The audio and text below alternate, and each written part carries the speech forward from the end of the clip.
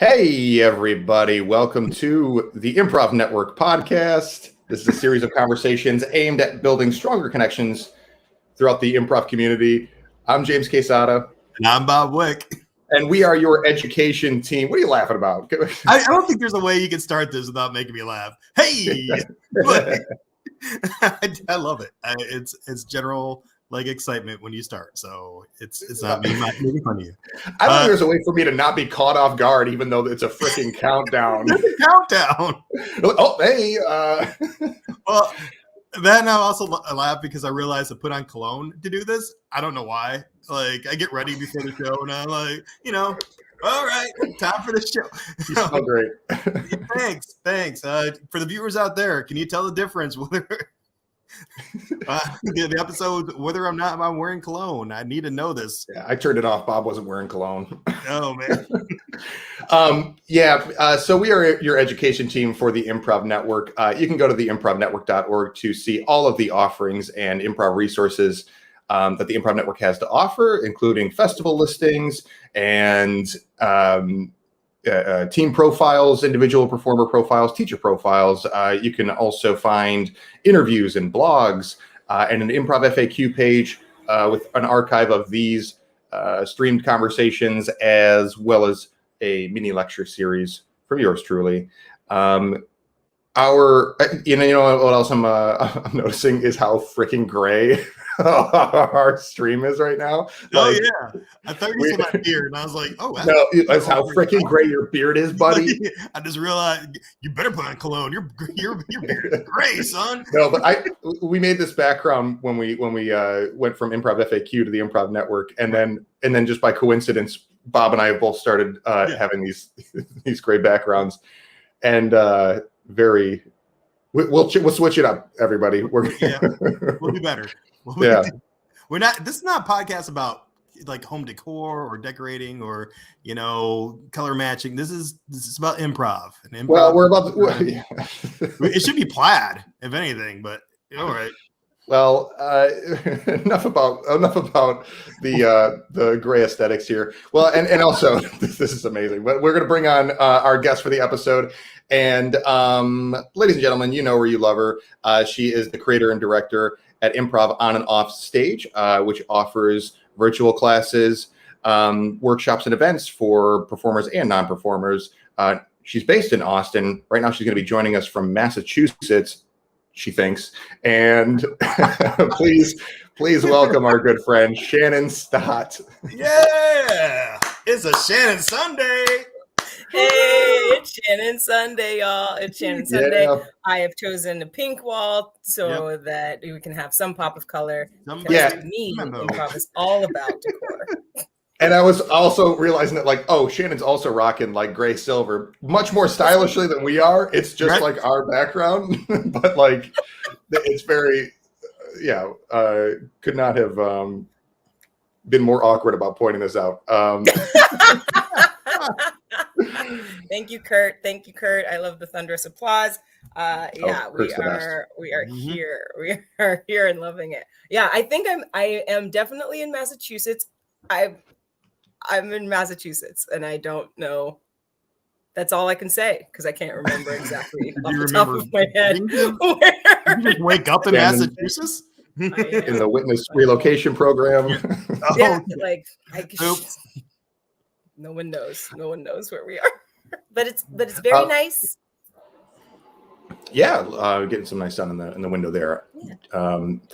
I can't have the window too open for light because I get just this side of my face just gets hot through the stream. So shades up, shades drawn. Mm-hmm. Anywho, let's get to our topic. Our topic for this episode is going to be tension. which I think is, I'm excited to talk about this because I guess we've talked about it under like some other topics in the past. I think namely in our episode with Steve Kleinedler, we talked about conflict, right? And one of the things we were talking about was tension. But I think there's a lot of different ways to talk about tension. How it plays into conflict in scenes is one of them, and we can explore that. But yeah, in general, I was just thinking about like whether tension is sort of like a core principle of something that you can kind of like aim at or focus on and get good results from, like thinking about or not thinking about, but like focusing on. Because to me, I was thinking about it mostly in terms of like, is really about how to have scenes where you have different wants. And so people who might not like want to be like in real life would just like leave the room or whatever. It's a reason to like stay and sort of give a layer to the scene that keeps people in the same room that are like have tension. So I don't know, that was kind of my starting point for thinking about it. What comes to mind for you guys when you first hear tension in terms of improv? One of the first things I learned about tension was all laughter is a release of tension. So that's when I started really considering how important tension is and how tension is almost it's almost like it's a byproduct of pacing, right? If you pace something and add stakes, you automatically get that organic tension growing, which is also, it can benefit from having a strong character with a strong want or point of view, which you can manipulate and then grow from there. So yeah, that's usually what I think of when I think of tension. Yeah. There's, so you know this, and this is why I'm here, because I like to get off topic. So yeah. But it's not too far. Tune in a minute 45 for more tension talk. Bring it. Let's go off the rails. Have you guys seen Rick and Morty? But it's not that far away. Like when I think about tension, I think about the audience, right? So right. What is your, going back to what Bob said about the release of laughter, how do you keep your audience in a space where they are leaning in enough, right? So that you can release tension, you can release, and that tension comes out as laughter. And some of that, I also think about silence, right? A lot of people, I think silence is underrated in improv. I think people really want to get their jokes in so fast and build that way. And sometimes that's great, but you can only expect a laugh a minute for so long. Like you'll lose your audience. And in order to gain them back, one way to gain them back is just to be quiet. No, I think you're right. Because when you talk about like laugh a minute, I think about Robin Williams on stage. And he would do scenes, but it was like a bunch of mini scenes that kind of bounced off each other. You didn't get long form from Robin Williams. You got a laugh per second, but that is a skill. Like that is a crazy skill, and few of us have it, you know? So putting that expectation on yourself on stage is, unless that's your goal to be the next Robin Williams, it's rough. And yeah. And then even with Robin, with yeah, you say that last part. And it's hard to build off of that for your scene partner. Yes. So those two things. One, if you have with Robin Williams, especially during stand-up, right? When he was doing stand-up and he was just going. One of the things that you recognize, at least for me, that I recognize, is that sometimes people are laughing at themselves for not being able to keep up with Robin Williams, right? Robin Williams has, like, depending on what he was doing, his train of thought and his thought process and the way like his jokes were coming were just like, they were coming. He was inspiring himself. Like he would say something and it would trigger something else. And after a while, you're almost just watching him be physical in his own body, and that is causing you to laugh. But he didn't leave any space. He hardly ever left any space for the for an audience to lean in. Like we were just on this ride. And then to your point, it's very difficult to do that with another person. Like you have to let them have a word in edgewise, I guess. Yeah, it's funny. I think with like Robin Williams or anybody who as like a solo performer goes at that speed for so long, it almost becomes the source of tension that good Lord, they're not stopping, and there's a tension of like, oh my gosh, it's like, and laughing is a way of like releasing tension. And just speaking of like different stand-up comedians in this way who have like sort of an improv are also very much feel like improv people. Steve Martin also talks about his sets where he kind of did like sometimes like anti-humor, or like he wouldn't have like true punchlines, like build and break punchlines. I think it's in his master class that he talks about like if conventionally stand-ups would build tension and then break it with a punchline, but I would never have real punchlines to my jokes. And I would discover that if you don't break the tension, eventually the audience will. So like for themselves, like it's just this rolling tension that eventually needs, the audience is going to have to release it. So again, it kind of feels like almost this force of nature to build and break tension, and like that it's sort of a like an element, like an elemental thing that like we as humans do. And so like harnessing it, I guess again is like why I thought this would make a good topic to unpack. Yeah, the thing you said about harnessing it, I feel like we should talk about that some, because are there things that somebody can do to practice harnessing tension? Are there? What are they? What are they, y'all? Well, that's what I also want to talk about, because it is one of those things like listening, right? Where it's like it's really easy to be like, oh, just listen. But then it's like, okay, well, in order to really get people to like exercise listening, you have to find ways to like quantify it. And sometimes, it's like hard to tell how does listening express itself? How does tension express itself? How can you like recognize it? And how can you then like create it? Or even when it's like sort of absent, like, oh, we don't have tension, or it doesn't feel like I'm listening. How can you kind of like help yourself out with like, it's like if you smile enough, like it'll make you happier just because like that's what your like body memory. It's how can I create some of the artifacts of tension, and maybe that will like help us get to real tension. I think silence is definitely one of them. I don't know. We want to just like throw out maybe some other ways of getting to tension. Off you, there was a wrestler in the 80s called Jake the Snake Roberts who always played heel, and so that's a wrestling term for bad guy. He was always a heel. And he wasn't the biggest guy, but he was one of the most popular because he was great at cutting promos. And in wrestling in the 80s, you would have a character and know what you want from the story of the match, and then you would just have to like talk it up, basically project your character point of view onto the audience. And he had a technique that made him more menacing, and his technique was he would talk really quiet but with intent.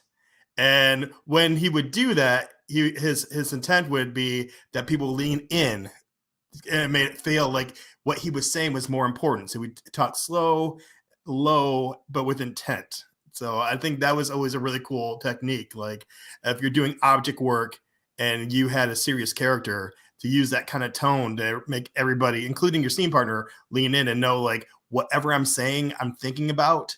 And these words have weight because I'm thinking about what I'm saying. I'm being very particular in what I say. Mm-hmm. Yeah, so to your point, or to go deeper in that space, the idea being everyone else is yelling, right? Now, I'm a wrestler, and I'm a wrestler, and I'm right because that's what they're saying. That's exactly. I'm a wrestler. I saw the movie The Wrestler, and it was that for 90 minutes. Right? I'm a wrestler, right? But if you come in and you're like, I'm a wrestler. Yeah. Right, then you're creating tension, right? But the idea, the actual thought is that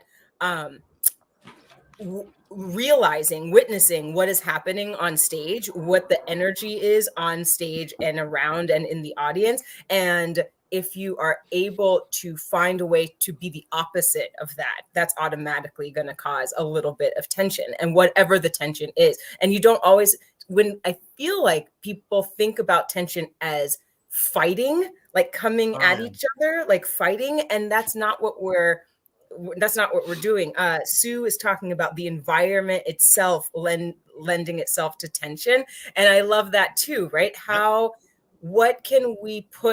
do we build an environment around ourselves that immediately puts us at odds with that environment? And if you can, I love that idea, that like, I'm a wrestler idea, and then like, but be the opposite of that. That's always going to have people lean into your character. Absolutely. And what Sue was talking more about, more environmental stuff in her comment. And can we just give that a read real quick, because I think it's a great little summary. Sue says, I find it interesting when the environment itself lends tension to the scene, such as a sinking ship, a house with a poltergeist, etc., and the characters in the scene are oblivious to the peril until it's uber extreme. I think that's a great definitely a great point of tension is the environment. But go ahead, Bob. Yeah, and what's fun about that, actually, that got me excited. What's fun about that is the artistic part about that is that you, the improviser, knows, right? You know that there's a poltergeist. You know, Shannon knows there's a poltergeist in here. The audience knows there's a poltergeist because it was their suggestion. Everyone knows. And so if you are artistic enough, if you can control it enough to be scared or to not know, or to even just live your life in a regular fashion, right? And everyone is like, oh no, she doesn't know there's a poltergeist. She's so silly. Where's the poltergeist, right? But you can play with that, and that's always a lot of fun. Well, it's like with environmental tension, it's more about being uncomfortable. You know, like, because you usually as adults or as humans, we want to be comfortable. We're hot, we turn on the AC. We're cold, we put on a blanket. You know, we try to make everything as comfortable as possible. So the thought of our home or someplace that we are as a group agitating us causes like internal tension. And then if we're doing narrative, how does that internal tension affect their relationship, so that there's tension created there? And then, you know, we can progress as the group gets bigger, or the agitator gets larger and the tension gets bigger. Like, how is this affecting the relationship, you know? And and again Nope, you. Yep. Well, I was just going to underline a point you made earlier, Shannon, about how the tension isn't always, necessarily conflict. I guess depending on how you're defining conflicts, but tension could be between, like it could be sexual tension, romantic tension. It could be tension between, just a couple of kids that can't take the teacher seriously, so it doesn't have to be like fighting. Just to throw out some examples there. That's all I was looking to do. Or it could be two characters facing the same problem but have different approaches, and thinking the other one's wrong at their approach. It's not so much conflict. It's just like, I just wish you would see it my way. Yeah. Cool. Yeah. And then also using silence, also the point about silence being a great source of tension, like especially with the audience, like when they know something's going to happen. I was watching I Think You Should Leave with Tim Robinson, and there's a sketch in the second season where there's in like a driver's ed class, they're watching instructional videos, and the actor in the video has these like tables, and it's a weird thing that the students want to keep asking questions about. And at the top of the sketch, before they see the videos, Tim's instructor character goes like, and I don't want to hear any questions about the tables. And like, as the audience, you're like, okay, we're going to see some questions about these tables. Yeah.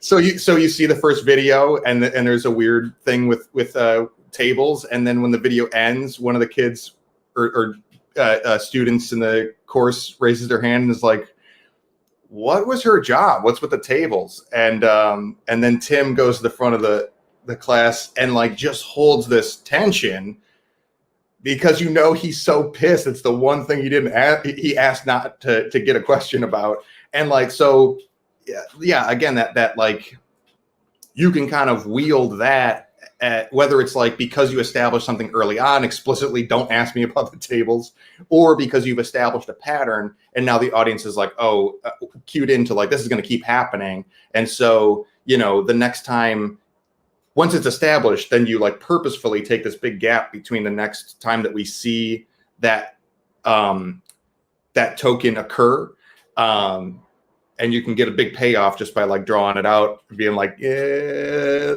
there it is, Yeah. Wasn't that why the rule of 3 works? Because we establish a pattern, and then like it's up to us when we give them the third one. And is the third one going to be just a heightened version of the first 2 events, or the complete opposite? So it's like, we learned, Yeah. We didn't see it. There's something about this chair doesn't have 2 arms, so I keep falling over. No arms.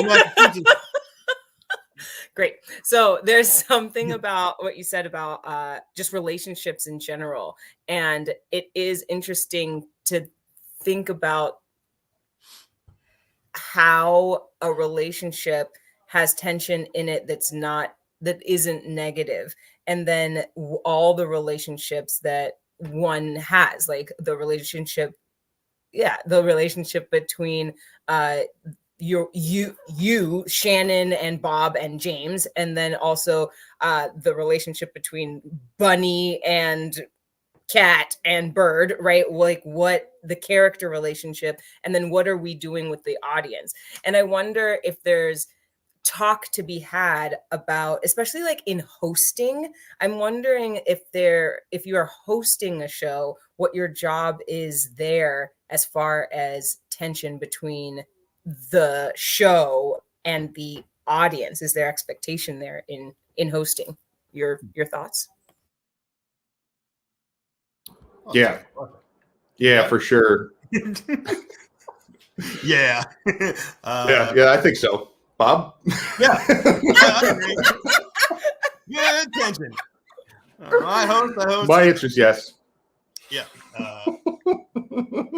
So specific, what I'm thinking about when I'm like, what's happening in my head is when you're setting up as a host, when you're setting up whatever narrative is coming. So like when you are introducing a series of short form stuff, right? Okay. Like what is your job there versus what your job is when you're setting up like a Shakespeare narrative or whatever the narrative is going to be. What is the purpose of tension between the host and the audience so that they're prepared for whatever show that you're about to do, or that whoever is about to, the troupe. Well, if we go back to like when hosting a game, depending on the game, the first thing that comes to mind, we do a game called Rap Attack, and it's just a rhyming game with over rap beats. You might know it by Beastie Boys or Beastie Rap or something. Yeah, Beastie Rap is what I know. So yeah, the person in front sets up the rhyme based off of whatever word that the audience gives them, and 2 people in back have to simultaneously say the same word. But as a host, since we're doing a fake competition, we host it like, oh man, ladies and gentlemen, you're about to see something amazing, something you've never seen before. Now, knowing darn well that this is not good rap music. This is not, if you brought this to any rap mogul, they would kick you out the door. Right. But you sell it. You sell it like, what you're seeing is about to be the most amazing rap battle you've ever seen. This is for everything. This is West Side, East Side. This is all the coast. This is, this is for the title. So we're gonna what you're seeing is really important. So it oversells. It not oversells, but it really sells like what you're about to see has some weight to it. So people might enjoy it a little more, because if you notice, like a lot of short form has that competition genre to it, just to give it that edge. I don't know what the psychology of that is, but people find it more entertaining when there's something on the line with our improv, at least it was short form. So I love that just that sentence, like people find it interesting when there's something on the line, right? Yeah. And James, you had talked a little earlier about stakes, the stakes of being high or low. What are the stakes of the scene? And I love just equalizing that, the idea of like, remember that whatever it is that's on the line, like whatever it is that your stakes are, that is what's causing the tension. So how can we up our stakes? How can we up what's on the line so that we can come in that rule of threes? We can come in the end and either release that tension, either release it or continue to have it. I think that is if we want people to take away like tips on how to harness tension, that's another big one too, is just like got to give what's going on importance. Whether it's in the scene, deciding that like, okay, well, we're shopping for pots and pans, but like it is a big deal. We have these are going to be the pans we live with for the rest of our lives. This is what we're going to cook our children's food on. If we screw it up, we're going to have skinny babies that don't do well in school, because that's how babies work. But we're going to have babies that don't do well in school. Those skinny babies. Or as a babies going to school. But and then again, even as like a host or on the like sort of meta reality level of the performers and the audience, whether you're hosting and giving importance to the rap battle or giving importance to the show you're about to do. We're gonna do a perfect show. We're gonna try at least, like it's like funnier if you build it up to be like this. We have no script, no rehearsal, but it is going to be perfect. We guarantee it. And then then that's like the promise. And then when it starts to fall apart, and if you can pull it off, then it's like that's tension. Well, it's the other promise. Oh, sorry. Go, please. It's my turn now. The other promise is the weight. You were talking about the weight, and when I think about weight, I always think about emotion. And you were yakking about these pots and pans, right? It's like how do we give weight to something so that our partners know that this thing, whatever it is important, right? And I feel like we do that through emotion. So we can say like, this is really important to me. It's the biggest, bestest thing ever. Sure. But like, what is the emotion behind it? If I don't have these pots and pans, I'm going to be sad, or I'll feel this way. If that's a clue to our partners, as to say to them, like, this is where I want our tension to build. We need to build around this particular thing. And even if this is the other thing I want to say about tension and recognizing it, is even if you do not say, if your partner does not say, I will feel, or I'm giving weight to this thing, you as a listener can be sure to pick up on things where people are giving weight. And I think that we fall into the habit of relying on our partners to give weight to things so that, or not even so that, because we think that they have an idea, right? We think they have an idea, but it's really, if we can just listen to what we're hearing, we can just start giving weight, right? About this pots and pans. Like if you're buying pots and pans and they haven't said anything about these pots and pans, or or you're either going to make or break our kids and how they learn in school, whatever. Right. But if you're checking these people out, if you're the grocer and there's no weight to the pans, like, ooh, the pans, these pans were owned by Leonardo DiCaprio. They have magical powers. I don't know. Yep. So Good.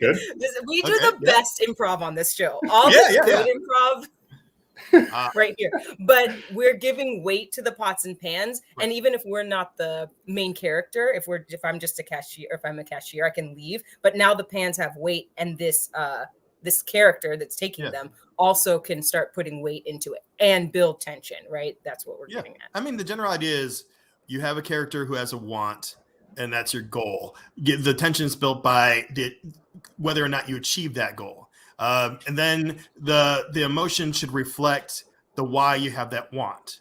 So why is this important to you? And then you heighten that to sell it to your scene partner, hopefully. If not, your scene partner can pick your why, project that onto you, and also reflect that. And how does that affect your relationship? Yeah. And, I got it all on the whiteboard. Well, it is kind of like you have to think about it almost in terms of like two wants, right? And because it's and not just your scene partners, your own. Like I want the best pots and pans, but I don't want to fight with my spouse or partner or whatever. It's like, so is that best, or can you get away with just like having one want, or is it always truly kind of like, I want this, but I don't want the negative side effects of trying too hard to get it, you know? I think you can have one want, because the other person's want could be, I just want you to be happy. So if you have a want, then I'll co-sign on it, even if I don't believe in it, just to make you happy. They're like, you have that line you hear all the time, like, normally I wouldn't do this, but because I like you, I'll do this. So you can use that as a crutch and just co-sign on whatever that your scene partner is doing, because the relationship is, I care about you. Whatever your want is, I'm going to help you pursue it. Yeah, but I guess I'm wondering, like I think it's something that we've talked about before, where it's like, what do you do when things are going like sort of too well, that, like, you know what I mean? It's like, okay, well, I want to get these pots and pans. And it's like, yes, absolutely. We'll get the pots and pans that you want. And then it's like, okay, fine. Well, I don't want to shop here anymore. I want to go get sandwiches. Great. Let's go get sandwiches. And it's kind of like this cycle of just like, nice yesing or yes-anding even. But it just feels kind of like boring, or nothing's happening. Like, is the solution to that like bringing in another want? Like, does there have to be some kind of like that? Does the pull and push and tension like have to be introduced in that case some other way? For me, I was going to say explicit versus implicit wants. Internal versus external wants. Right. Listen, spoken wants versus unspoken wants. That's what I'm trying to get. Okay, I follow. Like, you got it. Spoken. That's how you get the purple room. Yes. I finally got there. When you find those scenes where one person seems to be acquiescing to another person's wants all the time, if especially in class, if you ask that person who is acquiescing, what is your want in the scene, they usually don't have one. And I think that is what the detriment is, right? They don't want anything. Like the person, like Shannon, it hasn't made up her mind as to what they want out of the scene, or do I have an emotional attachment to the person? So I don't know if I like them. I don't know if I hate them. I don't know if I want to have sex with them. I don't know any of those things about my relationship to the character. And so therefore I'm just like going along with whatever it is they say. And so for me, your want doesn't have to be verbal. You don't have to say, well, I don't want pots and pans, or rather, I want forks and spoons, rather than you don't have to say that, but you can. But that'd you be a tight scene, though. So tight. So tight.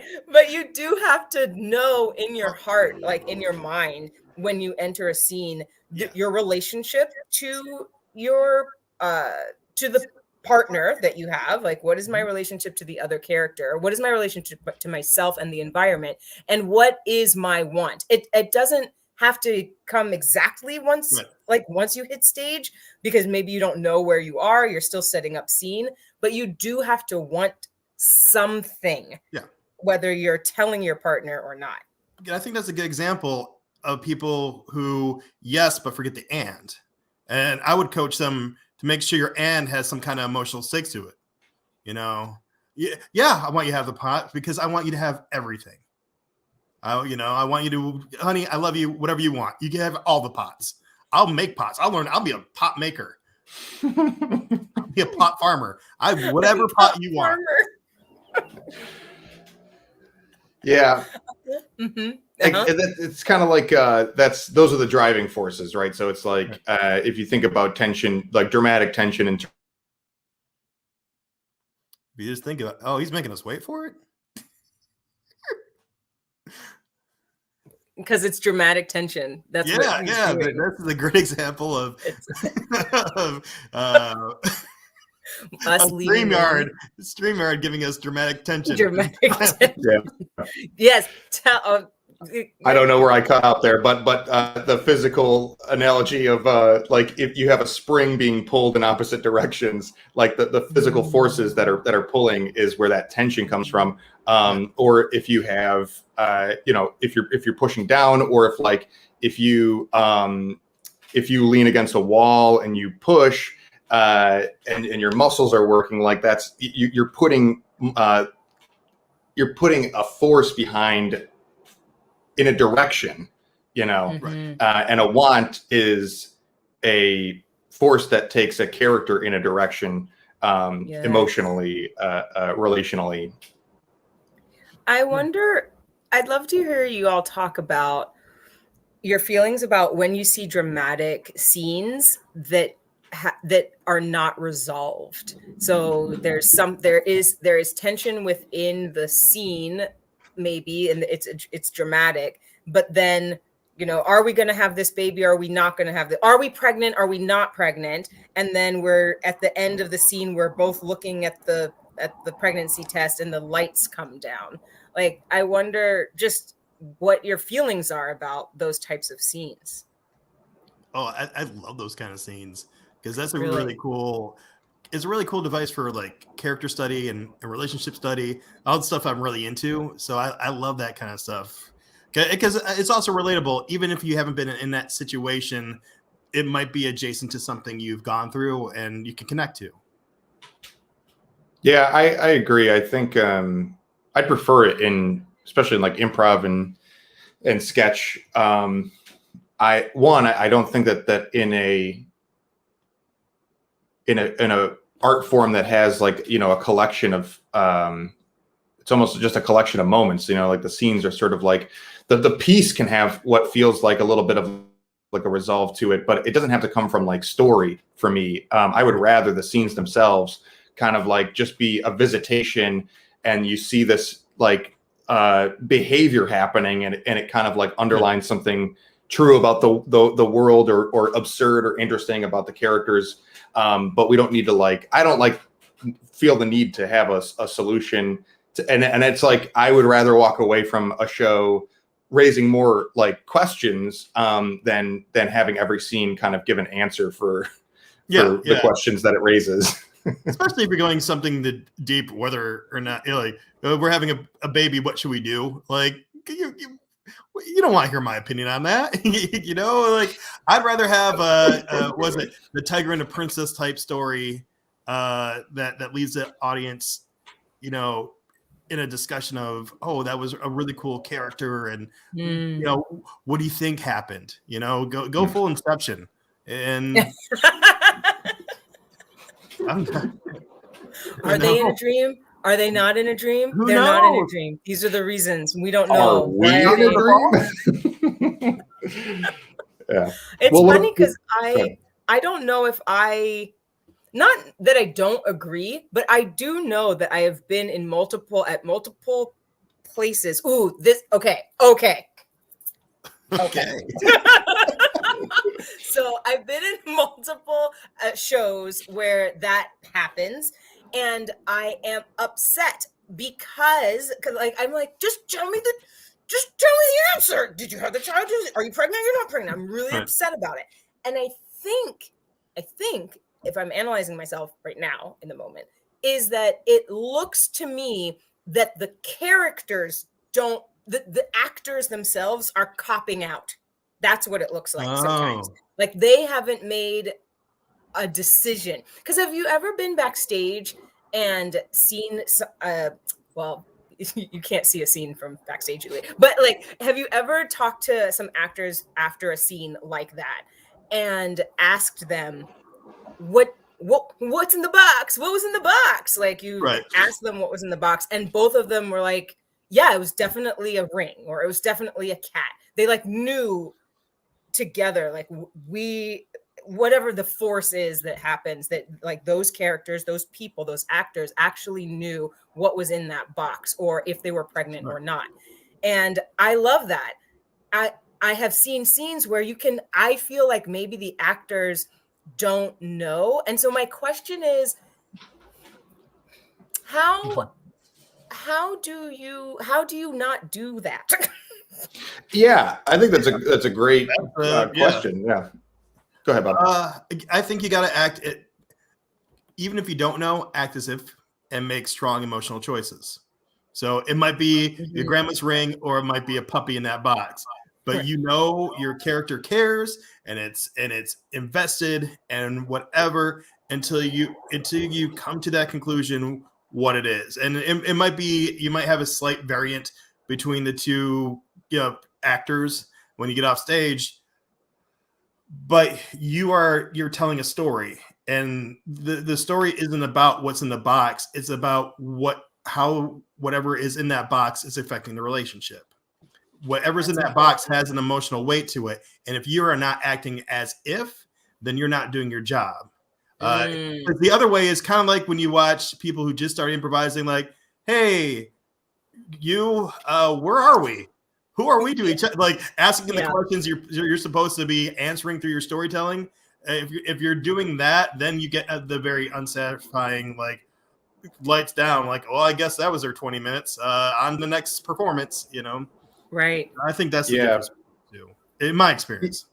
Well, yeah, I would agree with that. And I think that like the other side of the same coin is that like if you are giving an emotional weight, then it doesn't matter what it is. So you might as well just name it. And I think so what's happening in the difference between the scenarios is like, oh, is it tension for the characters or is it tension for the improvisers? Like, is the audience watching this being like, are these performers going to tell us what it is? Like the tension is like, I don't think they know. I don't think that they know what it is. Yeah. And we're all just like, just say what it is and make a choice. So I'm always like, if as soon as you feel tension as an improviser around like frick, we opened the trunk in the attic and we're like, oh, and you're like, oh crap, now it's got to be good. And that puts negative pressure on you as a performer. I'm just like, name it. Just like, oh wow, it's the old yearbook from grandma's class in 1919, like whatever, like just name it, like and then move on. If you know what it is as an improviser, you're like, okay, it's a yearbook, then I think you don't have to say it, but you like you said, Bob, can act on the feeling of it. As long if you're not naming it as a choice because you don't want it to be a distraction, cool. If you're doing it out of fear because you don't want to name the wrong thing, because sometimes I like not naming the thing only because I don't want it to become a list game or a description of a prop, because that's what all object work is make believe props. So I can tell you about this ring that I have in this box, and it's shiny, and it's 4 carats, and it was given to me by my great-great-grandmother because she brought the right pots, and I was a skinny kid who wasn't going to do well, so she needed to invest in me. I can tell you about that. But then the story is just about the ring, Yeah, there's that. I feel like we have talked about emotion before. You have to talk about emotion if you're going to talk about improv. You do have to have an emotional state to whatever it is that you're choosing to do, and it is as we're talking about like ways to create tension, having an emotional connection to anything is definitely going to help. And I agree with this idea of, the lights are coming down and no one has named the thing. If you have an emotional connection to the moment, then that tension can be earned. And can we talk about earning tension? Yeah. Okay. After that, we would be jerks if we didn't. No, sorry. Can we talk about no. That is another subject. We have to stay focused, Shannon. Like we always do. I'm being so good today. James, come back to us. I feel like I'm being so good today. We're like really talking about it, but like earning tension. Because how do you? I feel like there are ways that you can fake tension, right? But what are the ways in which you move through a scene and you earn the laugh, you earn the dramatic end, like. Well, how? I think James, Bob, you can. I don't know. I missed a lot of that. So ways you can earn tension is the heighten the tension that you discovered organically, and maybe using devices such as proximity, time, size. So if the tension was caused by a stick of dynamite, if it's a very large stick of dynamite, that creates its own tension. It's a scary device. If it's a very, very small piece of dynamite, then it's a firecracker, and you shouldn't be so afraid of it. You might lose a finger. That's it. If it's a large stick of dynamite that's 40 miles away, not so scary. If it's in your hand, very scary. So you have proximity. If it is a large piece of dynamite that has a short wick on it, you don't have that much time. But if it has a very long wick and you have like 30 years before it blows up, you're not as scared, So those are some of the things you can use to earn it or to enhance that story so the audience can get on board faster. Yeah, so I was frozen for a minute there, but I'm curious, Shannon, if you could maybe reframe it for me, because to me, this is probably just like semantic splitting hair, but like to me, it's almost like tension is how you earn breaking tension, right? So like, I'm curious, like how are you, like, what do you mean? Can you just reframe the idea of earning it?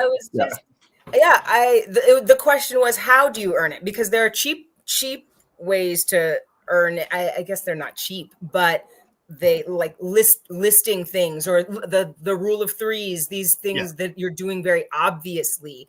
And I don't mean that the device is obvious. I mean that the actor is like, oh, look, a carrot.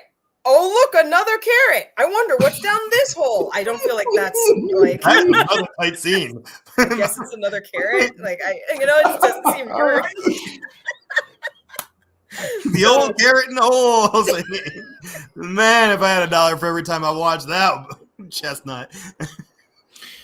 Okay, yeah, I guess maybe like maybe what I would say is emotion, right? Like I think that if you're just kind of like blowing past things, it is also funny to me that because I can again, you're like a carrot, another carrot. Wonder what's down this hole, and then you like just kind of hold, and you're like, it's what is it? What is it? You gotta tell us. It's a carrot. It's a carrot. Why would it be anything else? I was waiting for you to tell me what it is. I don't know. You can, you know what I mean? Like, but it's in that moment where you really have an investment of like, oh, I'm toying. I have an investment in toying with that moment between like the obvious answer of I think it's a carrot. But instead of just like rattling it off, you really take a moment to like invest emotionally on a meta level of like, I'm toying with your expectation of what it's going to be and whether it's going to be a carrot or whether it's, going to be a beet or a shrunken head. Like, it's a shrunken head. Yeah. I wanna, can we look at this at Sue's question? Yeah. How do you deal with the tension that is inherent in controversial or sensitive subjects that come up sometimes. That's interesting. Yeah. Well, I mean, so that's more of a dramatic way of playing. I think like my answer is always going to go to the relationship, right? Yeah. Have a character explaining their point of view about the subject, and and how does it affect them in the world? If we're talking racism, why is this racist person racist? Is it ignorance, or is it just low self-esteem, or whatever makes that person that? And you're not going to get a lot of comedy out of that, and you shouldn't. But if it's a interesting approach at empathy, not for that character, but for the subject itself. And I think just talking about empathy itself, that is a great way. I'm kind of moving away from that question. I'll come back, but that's a great way to earn tension, to go back to what you're saying. If you can create a character that employs empathy, that people can relate to, or just that's a great way to build tension. Or dislike, like having a monster of a person, like, that people are aware are in the world, because there are some monsters in the world. So like establishing that one of the characters is is a way to create tension. So going back to what Sue was asking about, like difficult stuff, it's how does this subject affect people, or why does this even exist? How do you deal with the tension of it? Yeah. Right. We I was in a duo show where my partner and I were discussing that my character had an abortion in the past, and we were talking about it, and we got basically an email later from somebody in the audience that was like, whoa, can you warn people or say something? I felt away. And the email wasn't sad. Like, the person wasn't angry at us. She was just sort of caught off guard and a little on edge. She was uneasy. But the thing was our characters dealt with that situation in quote real life. Like, we weren't talking about it lightly. We were going through the scene well and realistically. And I think what happens is, to Sue's how do you deal with that tension, is as honestly as you can. And it takes a little bit of bravery, right? Because it's itchy. It's like, it's an itchy situation. And Bob, you're talking about like racism, abortions, like there's like tons of things, adoptions, things gone wrong, death, all of those things. That tension, I think when improvisers are dealing with that, our superpower, if we're good at what we're doing, is to use reality to level that tension, right? And then obviously to release it with any sort of levity is extra. Like, you get to do that, but you can only earn that if you are as absolutely realistic and genuine in those situations as you can be. Yeah, because you got to take care of the audience in that situation. Yes. Yeah, and you got to earn their trust. Like, if you do say something funny or organically, kind of like a laugh at a funeral. You're not trying to be funny at a funeral, but sometimes you say something just because you don't know what to say. You're human. Like, if you can convince the audience that they're safe, you are allowed to be human, and humans are naturally funny. So you can honestly, organically break that tension, and it's okay because everybody in the room is just being a human. Yeah, and I think because everybody recognizes it, it's like if this is Sue said inherent controversy or sensitive subjects, we know the big ones, like the most timely ones or the long standing ones, and it's like, so there, you can rest assured that not just you but everyone in the audience is feeling that way. And I think we've maybe given this advice before, but one thing is that like the more uncomfortable you are about it, the more you're going to add to the discomfort of the audience. Right. But also I think that it's fair to kind of like play with that, to play with the acknowledgement of it. And I agree that like, be genuine, be empathetic. But I guess like if it was a conversation in a a cocktail party, and somebody's like, so when do you think Trump's going to like really come back swinging? And you can just be like, wow, okay, well, I heard the Yankees were doing well this season, huh? Yeah. Like, for me to get a drink. Like, oh yeah. How do we get down this path? Like right. You can kind of just like magnify or you can just play around with the fact that like whether the people in the audience might have different interests or opinions on whatever the tense subject is, but you can just kind of be the voice of the audience and point out with and kind of play with the fact that like, well, this is tense, huh? Like, you know what I mean? And that can kind of do a lot to break tension, ease tension, and not have it feel and avoid like making things more uncomfortable by like avoiding the obvious controversy in the room. That's the big one for me, the avoidance, because James said, if you are the more uncomfortable you feel, the more uncomfortable the audience feels. And if you're feeling that, you have an opportunity to say the thing that the audience needs, right? Like, yeah, how about those Knicks or whatever it is that breaks that tension, or releases rather that tension. And you're doing yourself and you're doing the audience a favor. But there is something to be said about acknowledging it. I think you said this right at the end, James, like acknowledging it head on, because when we have such a power on stage, right? And when we choose to completely sidestep something, we're doing everyone a disservice, right? Because if we can be brave in those situations, one, we're helping the audience to be brave. We're showing them like, you too can do this. And we're also, like you said, Bob, we're also letting them know that they're safe, right? Yeah. Like, we get that this thing is uncomfortable. And instead of just being like, scene, like, instead of doing that, we can give it its due and move through it.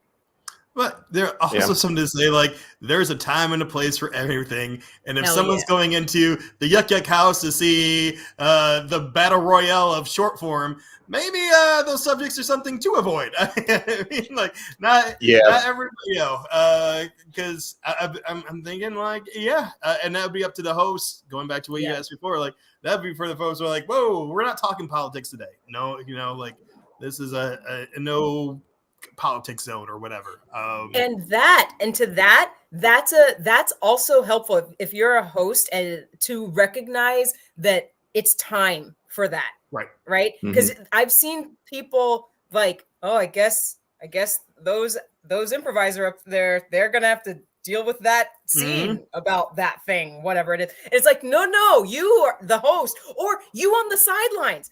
Oh my goodness, can we talk about like we have the responsibility of like the host, yes, and the people. If you're on the sidelines and you are watching some mess go down on stage and you're seeing that everyone is uncomfortable, you can edit that scene. Goodbye scene. You can. And then you are helping, but we all have to do this thing sort of together, right? Because I think you're right. There is a time and a place, and if you're in it, if you're on stage dealing with it, sometimes you don't have you can't see out of it. You don't know how to deal with it. You don't know how to react, and so it's up to the host. It's also up to your scene partners to edit, wipe, call you ring. There's a telephone.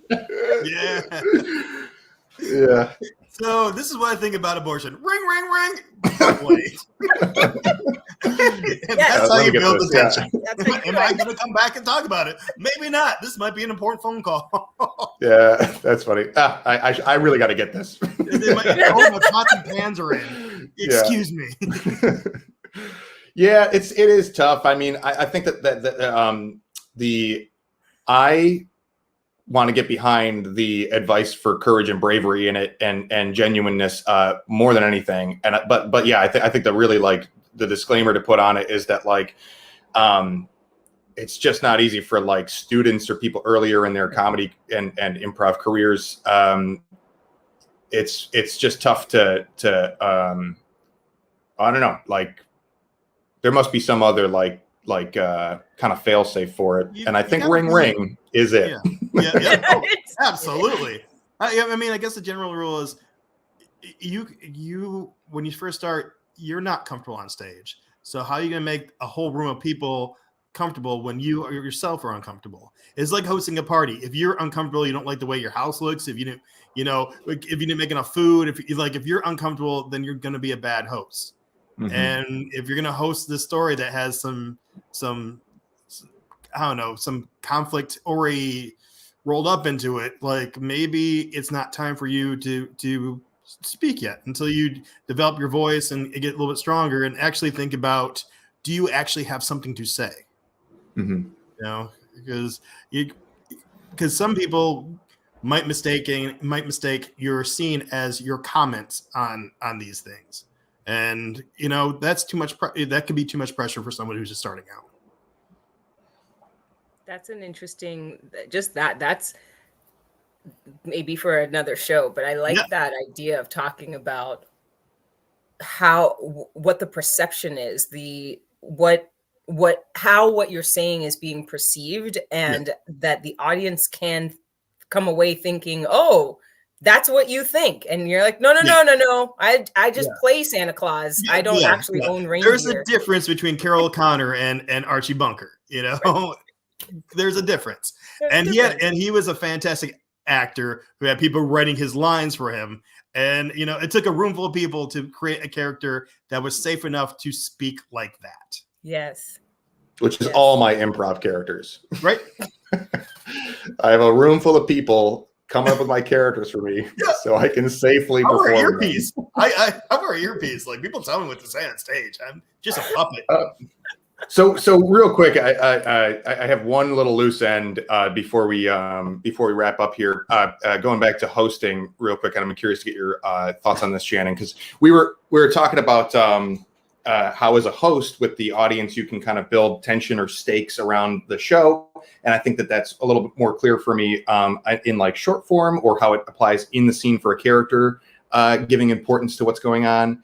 And I really like to do more like high concept shows that have a little bit of like a high wire act to them. So in the intro to those shows, that's again obvious to me how to put it in there. But if you're doing like just like a montage or something, I guess more loose, how do you approach introducing that kind of show in a way that still feels like it elevates the theater of it, but like is still kind of chill? You know what I mean? Like, or how do you approach it?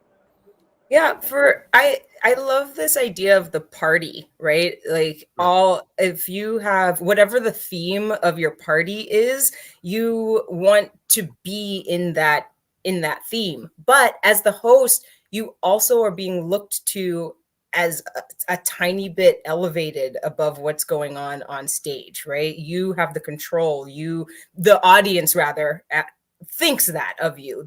You're the ringleader or what the host of the party. So as far as tension goes, as far as tension goes, knowing what the audience, knowing your persona, right? And then building on that persona and being able to move within that persona. That's my thing. And I think people really, especially young improvisers, feel like they just bring themselves, and that's cool. Cool. But you really have to know who it is, what it is that people are leaning into. For myself, I know that people when people see me, they're like, oh my gosh, there's Shannon. All she does is smile and act excited, and she's excited and exuberant and whatnot. And sure, I lean into that. I have to lean into that so that everyone feels safe, right? And the tension becomes, for me, I love doing the like, okay, everyone, I'm so glad you're here. We are welcome to the show. I don't need any flash photography. I see you. I see you. I see you pulling out your phone right now. I need you to put it away. I'll wait. Great, thank you. Okay, now we can, right? So like, I know that, like, so that the audience understands, and that's my version of tension. The audience understands I'm in control. Like, I may be like excited and fun, but I definitely am in control of my audience. And they respect that. They respect that, like, diversity and duality. All right, I'm satisfied with that answer. But that is I love the persona thing. We could I want to maybe make that next time you're on, Shannon. I would love to talk about your onstage persona as like your just performer self, like in between games or in between, setting up shows and stuff. But then the party thing too is like it's a sense of allure when you get to a party and the host is like, welcome everybody. You're like, I can't wait to have a good night. So there is like a sense of tension in that allure, Yeah, I love that. That's a good word. Okay, cool. Well, this is such a great conversation. Got street noise coming through. You're doing great, James. We are cheering for you, James. You're doing great. Yeah, thanks. I'm just trying to lean into my persona here. Hey, everybody. Thanks for joining. This has been a great conversation. Kurt, also, are you watching on Facebook and YouTube? You're commenting from both. Thank you for adding to our numbers. That's a super fan. But yeah, this is a great conversation about tension. So thanks for joining. Shannon, always great to have you on. Anything that you wanted to plug right now that's coming up on your classes or anything else? Always just go to shannonstott.com. Or follow me on Instagram, Shannon Stott Improv. There's lots of stuff happening in the world and it's all right there. That's awesome. Nice. Yes. We'll drop a link to the website right in the comments there. Yay. Cool. Great. Thanks again. And thanks to Sue and Kurt for joining us and chiming in. We really appreciate it. And we will catch you next time on the Improv Network podcast. Bye. Bye. Bye.